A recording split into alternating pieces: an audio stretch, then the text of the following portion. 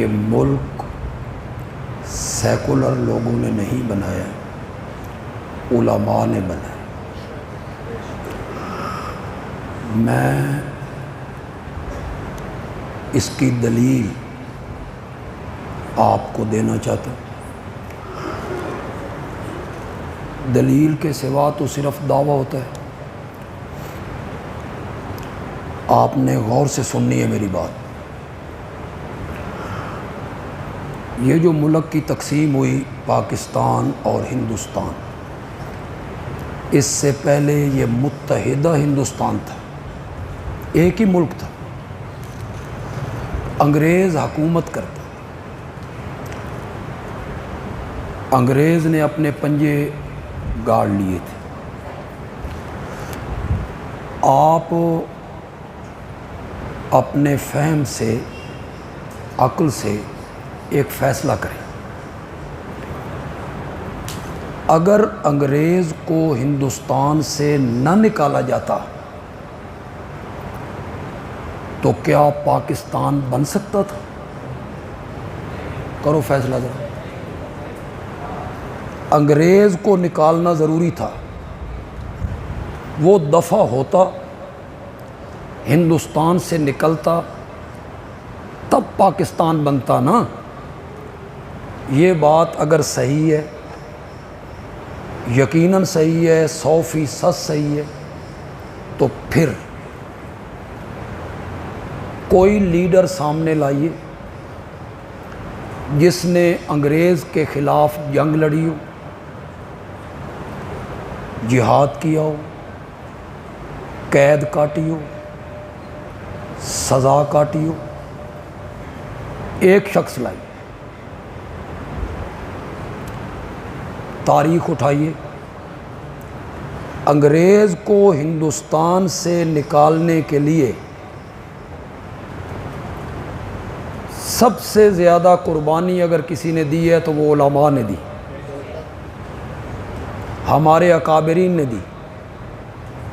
حضرت شیخ الہند مولانا محمود حسن دیوبندی رحمۃ اللہ علیہ مالٹا میں 4 سال جیل کاٹی ہے۔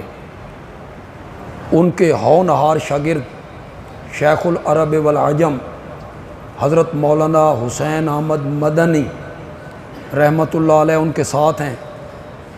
کہتے ہیں اتنی سردی پڑتی تھی، پانی برف ہو جاتا تھا،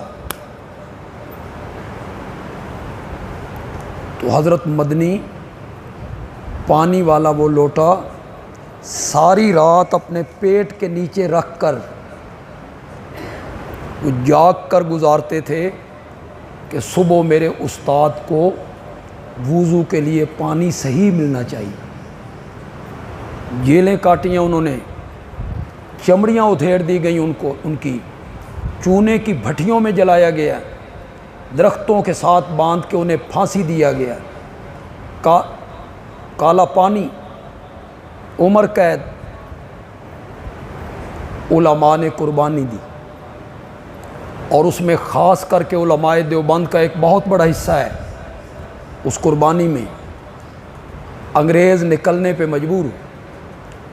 یہاں جو سروے ہوا کہ انگریز کے قدم کیوں نہیں ٹک سکتے، اس سروے رپورٹ میں یہ لکھا گیا کہ جب تک یہ علماء ہندوستان میں موجود ہیں اس وقت تک انگریز ہندوستان میں رہ نہیں سکتے۔ قربانی دی علماء نے۔ مولانا ابوالکلام آزاد رحمۃ اللہ علیہ، میں حیران ہوتا ہوں، پہلے بھی میں ان کی کتابیں پڑھتا رہا، یہ 3 دن 4 دن میں جیل میں رہا تو پھر میں نے ان کی وہاں کتابیں پڑھی، مجھے ایک قاری صاحب کتابیں دے جاتے تھے۔ ایک مقدمے میں جب ان کے خلاف گواہ پیش ہوئے، مدعی نے اپنا بیان ریکارڈ کروایا، یقین نہیں آتا کیسے لوگ تھے۔ گواہ نے گواہی دی کہ مولانا نے یہ کہا، یہ کہا، یہ کہا، یہ کہا، مدعی نے اپنی بات کی، جج نے پوچھا مولانا آپ بھی کچھ کہنا چاہیں گے؟ فرمایا ہاں میں بھی کچھ کہنا چاہوں۔ مولانا نے فرمایا یہ جنہوں نے گواہی دی ہے نا، انہوں نے گواہی کو چھپایا ہے، انہوں نے صحیح گواہی نہیں دی۔ جو کچھ انہوں نے کہا ہے نا، اس کے علاوہ بھی میں نے یہ کہا ہے، یہ کہا ہے، یہ کہا ہے۔ یہ ہے نا جرت، یہ ہے بہادری۔ اس نے 1 سال قید با مشقت سزا لکھی۔ جگر کے مریض تھے، اس کی وجہ سے ان کا نظام ہضم صحیح نہیں تھا۔ جب اس نے سزا لکھی، مولانا نے وہاں جو جملہ جج کو کہا وہ سنیے، لکھیے، دل کی تختی پر لکھیے۔ مولانا نے فرمایا جناب جج،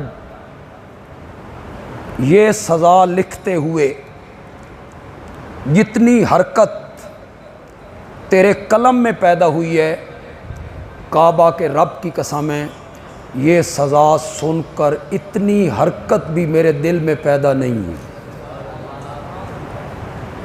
علماء اگر قربانی نہ دیتے، انگریز یہاں سے نہ نکلتا تو پاکستان بن سکتا تھا؟ نہیں بن سکتا تھا۔ تو آئیے فیصلہ کیجئے، کسی جگہ پہ فیصلہ کر لیجئے، انگریز کو نکالنے میں قربانیاں کس کی ہیں؟ ماریں کس نے کھائیں؟ جیلیں کس نے بھگتی ہیں؟ پھانسیوں کے پھندے کس نے چومے ہیں؟ چونے کی بھٹیوں میں کون جلایا گیا ہے؟ اس کا فیصلہ کیجئے نا۔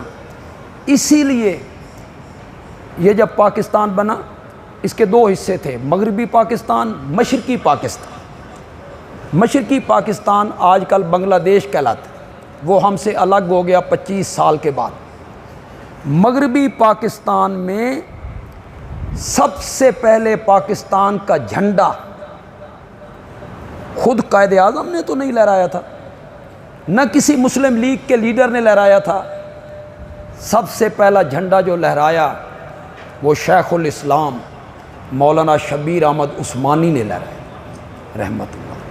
اور مشرقی پاکستان میں سب سے پہلے پاکستان کا جھنڈا مولانا ظفر احمد عثمانی دیوبندی، اللہ ان کی قبروں کو منور فرمائے، رحمتوں کی برکھا برسائے، ان کے حصے میں آیا تھا لہرانا۔ تو یہ ذہن میں رکھیں کہ پاکستان کی آزادی کے لیے سب سے زیادہ قربانی اگر کسی کی ہے تو وہ کون ہے؟ علماء ہے۔